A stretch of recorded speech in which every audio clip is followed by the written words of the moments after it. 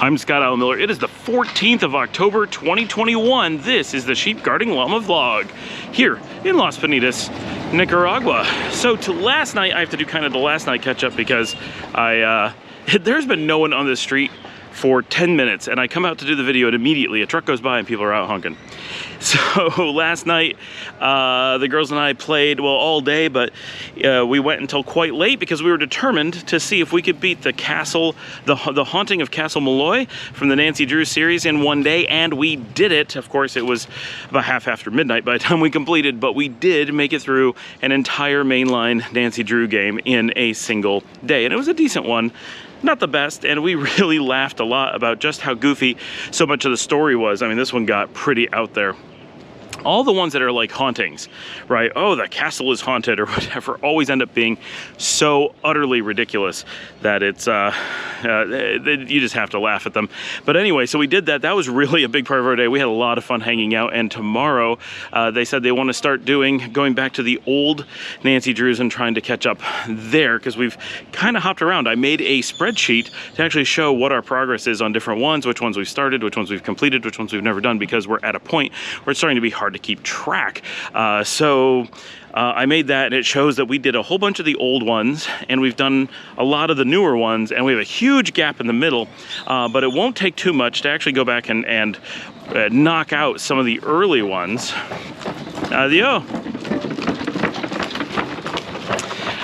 We can knock out a lot of the early ones and have a pretty solid block completed. And then we can kind of go one by one. That's really what we say we want to do, at least work our way directly through the series, because it is a little bit nicer doing it in order rather than just hopping around. And then it kind of builds, because they do, for the most part, they don't, not always, but they tend to get better as you go. The earliest ones are a little bit clunky. So the one we're playing tomorrow, Secret of the Scarlet Hand, definitely falls into the clunkier category. The puzzles are a bit stupid and don't tend to really fit into the game. It tends to go on and be a little bit boring. Later on, they make the pacing better and the story gets told a little bit faster and the puzzles are not so frustrating. But some of it always happens, and some really good ones happen early. It's not a super consistent progression. It's more hit and miss than it sounds, but it's still good to start at the beginning. Plus then the story, even though it's mostly episodic, there is a tiny thread of advancement in the slightest way. Anyway, that was our day. Late last night. Now, for those who know, I am very much into photography, and since being in Nicaragua, I'm really looking forward to doing more photography and filmography, and have been preparing to get some new equipment. I've got a couple of projects coming up that I'm getting involved with, and need to have some cameras, and I've been working really hard to try used gear, which I've never really done in the past. So I have this Olympus EPL 9 waiting for me in Texas. I get in about a week and a half. Really looking forward to that.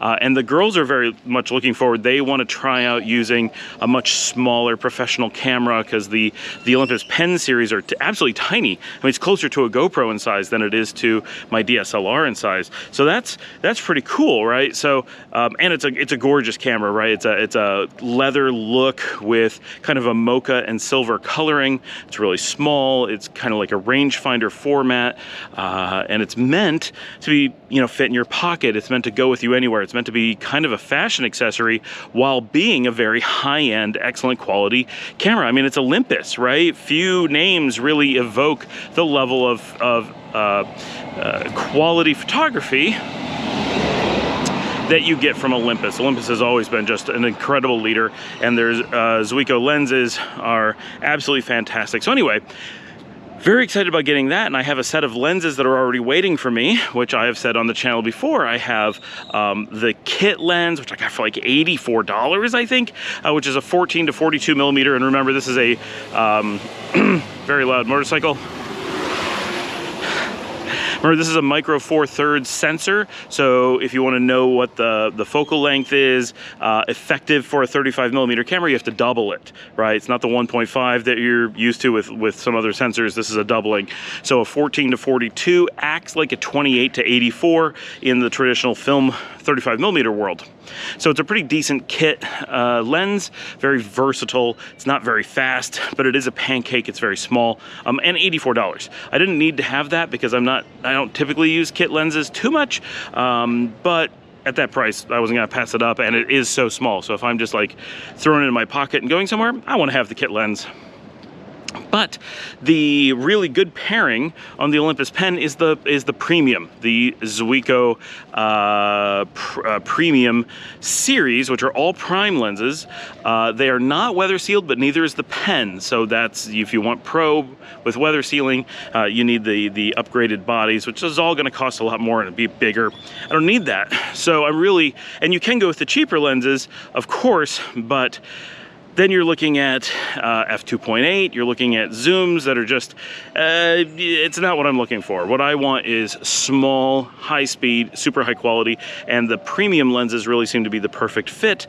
And there are a series of primes coming in at 12, 17, 25, 30, which is a macro, 45, 60, which is also a macro, and 75. That is the complete series. So there's 5 standard premiums that are all f1.8 except for the 12, which is a f2.0, which is so close to a 1.8. And then the 30 and the 60 are not available in silver. All the others are silver or black. And the 30 and 60 are black only. They're much larger and they're much slower. No, gracias. And they're like f2.8 or f3.5, much slower, and they really are specialty macro lenses. You really would only use them for that, unless you really needed that focal length, because they're so close to others, right? The 60 is really close to the 45 or the 75, which are much faster and much smaller, and the 30 is really close to the 25, which is much faster, much smaller, and cheaper. So anyway, I currently have the 17 and the 45, which are incredibly versatile lengths. It's the equivalent of a 35 and a 90, but what I did not have is the 25, which is the nifty 50 in the Micro Four Thirds world. And so I've been watching for this, but I'm unwilling to get a new one. I want a used one, but I want one that's in good condition, and I will not get the black ones because, well, honestly, they don't look as good with the camera, but they also overheat when you're in this kind of environment. You really want the silver to help them stay cool. And so, at least that's my excuse for why I'm holding out for a silver. So I've been watching the used dealers for months on this because I've had the camera now for quite some time, waiting in Texas for me. And I got it with the 45. I got the 17 right afterwards, and the 25. I just keep watching and watching, and they're almost never available. I even posted on Twitter how I was ready to pounce. I look at least 3 times a day because they really do. They're so popular. If one shows up, they disappear almost instantly. And after months, I've seen about 4 times a 25mm has shown up at all, and they're always the black ones. And last night at about midnight, I looked, and for the first time, an excellent condition 25mm f1.8 Zuiko premium lens showed up, and so I bought it instantly.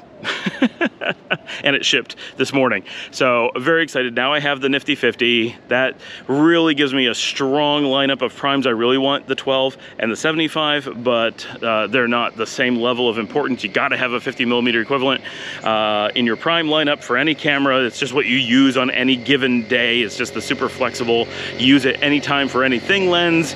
And at 1.8, it's just really fast, and it also uses the same thread size as the 17, I believe, so we can share polarizing filters and that kind of stuff, so it's also really nice in that way. And the whole thing, all these lenses, because they're Micro Four Thirds, are so small. Man, cars are loud here. I have no idea if you can hear me. So,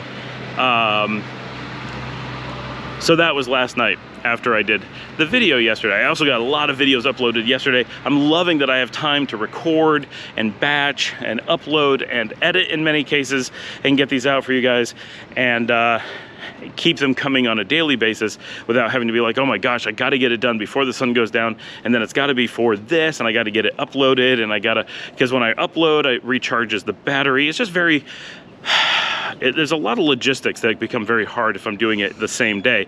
But if I'm posting a few days out and have time to batch and edit, it makes it so much easier.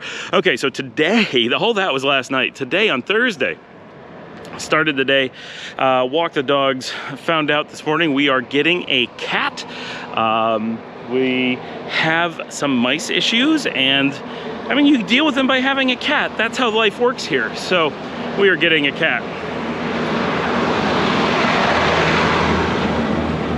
So we're supposed to be getting the delivery of a cat this afternoon. Hopefully that all works out. It is a kitten. No idea how this is gonna work with the dogs. Dominica says she has a plan. We will see, but should be getting a cat today, so the girls are very excited about that. The girls woke up early. I said, hey, my day actually allows me to spend some time. Let's get together and play Nancy Drew a lot of the day. I can sit at my desk and work, the kind of work that I was doing today. So they came down really early and agreed to start with the Scarlet Hand, which is one of the oldest ones and one that Dominica and I first played years and years ago. We never made it to the end, and the girls and I tried playing. We didn't make it nearly as far as Dominica and I had. All of us found it very boring, and it's like, oh, we just got to push through and get through this. We can do it. We can do it. So we're trying really hard to get through that today, and we're actually really far along in it at this point. We did hit a little stumbling block. I got to figure that out. The girls are having their Spanish class this afternoon, so I'm going to try to figure out the problem with that while they're in class. I forgot to say, I got the next chapter of my book submitted last night. I'm working on a new one starting today, so I feel much better about that. I was quite a bit behind, still quite a bit behind, but at least it's in, so that's pretty important. I'm standing here at Caracolitos, which is closed today, and yeah, it's actually been a really nice day. We had some rain this morning, and it definitely is going to rain sometime soon. Adio. And I'm gonna get back to it. Not very much news going on. The hotel has been very slow. The whole town is super quiet. It's midweek. One of the slowest weeks of the year. Everyone's doing construction because of it. No, that was Caracolitos. Cholitos is still putting up their new rancho. It's only gonna take a couple days. I bet tomorrow they probably have that up and functional. Puesta del Sol's coming along really quickly with their new construction. It's a lot of new stuff in our little stretch here. We're the only stretch doing any construction, so that's nice. We're like the one successful little bit of the beach right now, or at least the bit willing to invest. So yeah, and I talked to Saeed today. We have another project we're gonna be working on in the short term. And we're going to be looking at doing a video series about Las Pinitas right here in town. We need to do some practice work and video tests, and it just makes sense because there really isn't anything other than this channel, of course, about Las Pinitas and Ponaloya, and there's a really good opportunity for us to check out all the restaurants, do interviews, go to the hotels, really get the word out, make a kind of a video series to get people knowledgeable about and interested in this village. Not that it's gonna get a lot of followers, like we'll be lucky if we get a few hundred, but it'll be a really good opportunity to practice the process of getting everything done without doing it in kind of a production way. So we decided on that this morning. We'll see when we're able to get that started, but we will try soon.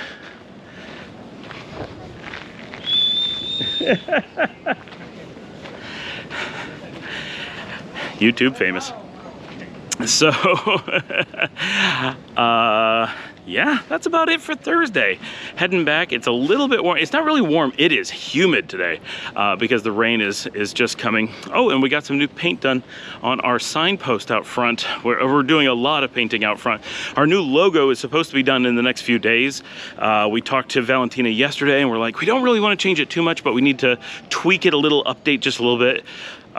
They were about to put our t-shirt logo on the front of the hotel, and I'm like, whoa, whoa, whoa, you can't do that. That is not going to look good. That is not going to be the image that we want. We showed it to Valentina and she's like, I'm like, okay, good.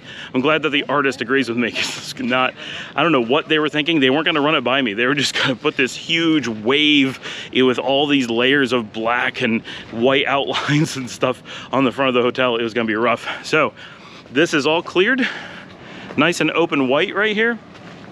Painting on that starts really soon, but what we just did, these posts were like greenish blue and faded, and now they're white. We need to do another coat, but it's about to rain, so we're not gonna do that right now. Anyway, that is the update for Thursday. I will see all of you tomorrow.